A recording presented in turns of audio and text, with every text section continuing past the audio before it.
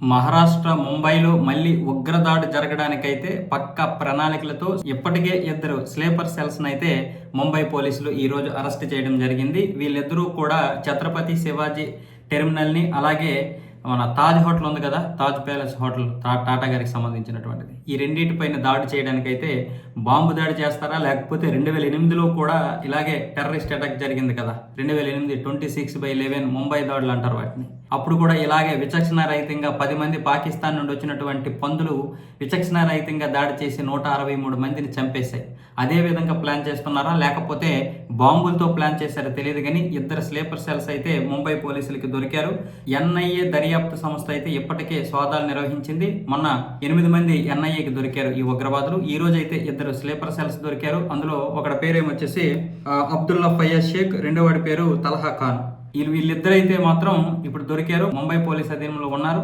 వీళ్ళిద్దరిని ఎంక్వైరీ చేస్తే వీళ్ళిద్దరిపై అనేక కేసులు ఉన్నాయి.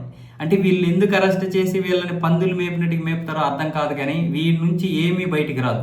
బయటికి రాకపోగా ఇప్పుడు వీళ్ళిద్దరు ఏం చెప్తున్నారంటే, అఫ్జల్ గురు ఉన్నాడు కదా, అఫ్జల్ గురు ఇటు పెద్ద ఉగ్రవాదాడు. ఈ అఫ్జల్ గురిని ఉరి తీసినందుకు ఇప్పుడైతే వీళ్ళు ముంబైపై దాడులు చేస్తారంట, ముంబైపై కక్ష తీర్చుకుంటారట.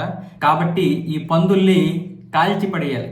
కాల్చి పడేయకపోతే ఇంకా ఇలాగే వస్తూ ఉంటారు, జైల్లో ఉంటూ ఉంటారు. మన దేశంలో కోర్టులు ఒక చండాలమైనటువంటి ఈ చట్టాలను రూపొందించాయి. వాడు ఉగ్రవాది కావచ్చు, వాడు ఎలాంటి వాడైనా కావచ్చు, వాడిని చంపకూడదు, అరెస్ట్ చేయాలి, అరెస్ట్ చేసి విచారించాలి, వాడిని పందిని మేపినట్టుగా మేపాలి. ఈ పనికిరానివన్నీ చూసి వీళ్ళు రెచ్చిపోతున్నారు. ఇలాగా ఇప్పటికి కాల్చి పడేయాలి, ఒక్కొక్కడిని కాల్చి పడకపోతే ఇంకా వీళ్ళని పెంచి పోషిస్తూ ఉండాలి. ఇంకా అంత వాడు జైల్లో ఉన్నా, దేశంలో ఎక్కడున్నా బ్రతుకుంటే చాలు, వాడి పని ఏదో వాడు చేసుకుంటాడు. వాడు జైల్లో ఉన్నాడని వాడు ఫీల్ అవడు. నన్ను ఇక్కడ జైల్లో ఎందుకు నిర్బంధించారో వాడు అండు. వాడికి ఎందుకంటే బయట ప్రపంచంతో వాడికి సంబంధం లేదు. మనలాగా వాడు రోజు షాపింగ్ మాల్కి వెళ్ళడు, సినిమాలకి వెళ్ళడు, పబ్బులు బర్గర్లు తిండవాడు. వాడు ఎంతసేపు కాఫీలను చంపదమని అంటాడు. ఆ మైండ్ సెట్తో ఉంటాడు. కాబట్టి వాడు ఇసుక తినైనా బ్రతుకుతాడు, బొచ్చ తాగైనా బ్రతుకుతాడు. వాడికి ఏంటి బ్రతుకు కావాలి, వాడి జీవం, వాడి శరీరంలో ప్రాణం ఉంటే చాలు, నేను ఈ జిహాదీ కోసం ఏదైనా చేస్తాను అంటాడు. కాబట్టి వీడిని చంపడానికి కోర్టుల మధ్యలోకి రాకుండా కొంచెం కొత్త చట్టాలు తీసుకొచ్చి ఎక్కడికక్కడ ఎన్కౌంటర్ చేసి పడేయాలి వీళ్ళని.